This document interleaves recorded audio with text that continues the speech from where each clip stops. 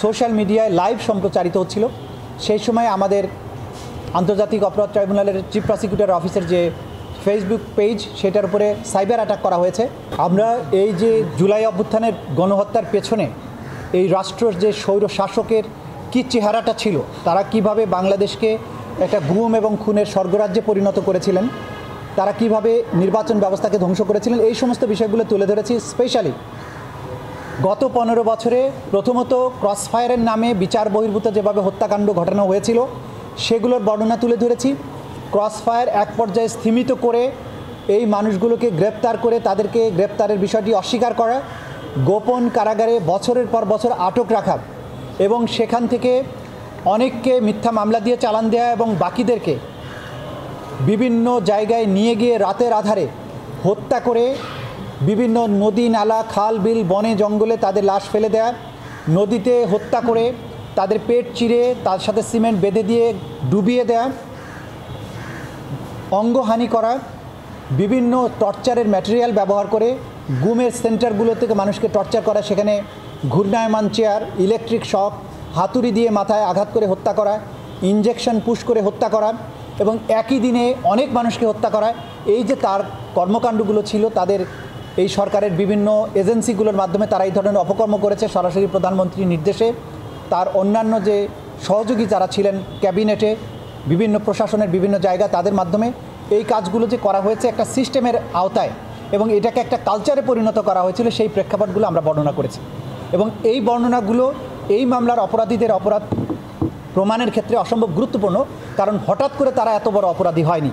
তারা প্রথম থেকেই এই বাংলাদেশের মানুষকে শাসন করার নামে কিভাবে একটা জুলুম, কিভাবে ভয়ের একটা রাজ্যে পরিণত করেছিল সেই বিষয়টা উঠে আসা জরুরি।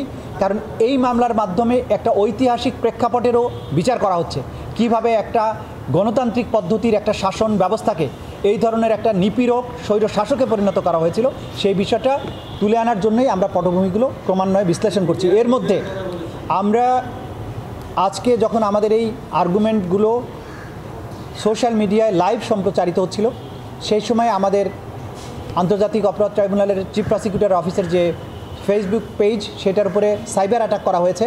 করার মাধ্যমে ফেসবুকটাকে সাময়িকভাবে ডিসেবল করে দিয়েছিল তারা, যদিও সেটা উদ্ধার করা সম্ভব হয়েছে। কিন্তু তারা যে আমাদেরকে ভয় পায়, এই যে যুক্তিতর্ক, এইখানে যে এভিডেন্স, তাদের যে নিষ্ঠুরতার বর্ণনা, এটা গোটা দুনিয়াবাসী যাতে জানতে না পারে, তাদেরকে জানতে দিতে এই অপরাধীরা চায় না, তাদের সহযোগীরা এটা চায় না। সেজন্যই আমাদের এই ফেসবুক পেজের উপরে সাইবার হামলা তারা চালিয়েছে। তারা দুনিয়াকে এটা জানতে দিতে চায় না যে বিচারটা কতটা ট্রান্সপারেন্ট হতে হচ্ছে, এভিডেন্সগুলো কতটা ওভারওয়েলমিং, এভিডেন্সগুলো কতটা অকাট্য, সেটা তারা বুঝতে দিতে চায় না। কিন্তু আমরা শেষ পর্যন্ত এটা রিকভার করতে পেরেছি। আমাদের মেসেজ হচ্ছে, অপরাধ করে যেমন পার পাওয়া যাবে না, অপরাধীকে রক্ষা করারও কোনো চেষ্টা কোনো দিন বাংলাদেশে সফল হবে না ইনশাল্লাহ। আমরা দৃঢ় প্রতিজ্ঞ, আমরা কারো প্রতি কোনো রকমের প্রতিহিংসা চরিতার্থ করার চেষ্টা করছি না।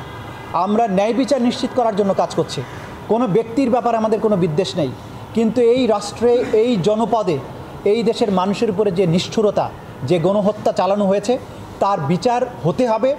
এই রাষ্ট্রকে নিরাপদ রাখার স্বার্থে, আগামী প্রজন্মকে বাংলাদেশে নিরাপদে বসবাসের সুযোগ দিতে, এই দেশকে একটা প্রসপারাস একটা রাষ্ট্রে পরিণত করে আগামী বিশ্বে বাংলাদেশ একটা গুরুত্বপূর্ণ জায়গায় পৌঁছুক, সেরকম একটা রাষ্ট্রে গর্ব করার মতো একটা রাষ্ট্র যাতে আমরা প্রতিষ্ঠিত করতে পারি, সেই কারণে কোনো অপরাধের বিচারহীন যাতে না থাকে, কোনো অপরাধী অপরাধ করে সমাজের দম্ভ পরে যাতে বিচরণ করতে না পারে, সেরকম পরিবেশ তৈরি করার স্বার্থেই ন্যায় বিচার, সেটা আমরা এনশিওর করার চেষ্টা করব।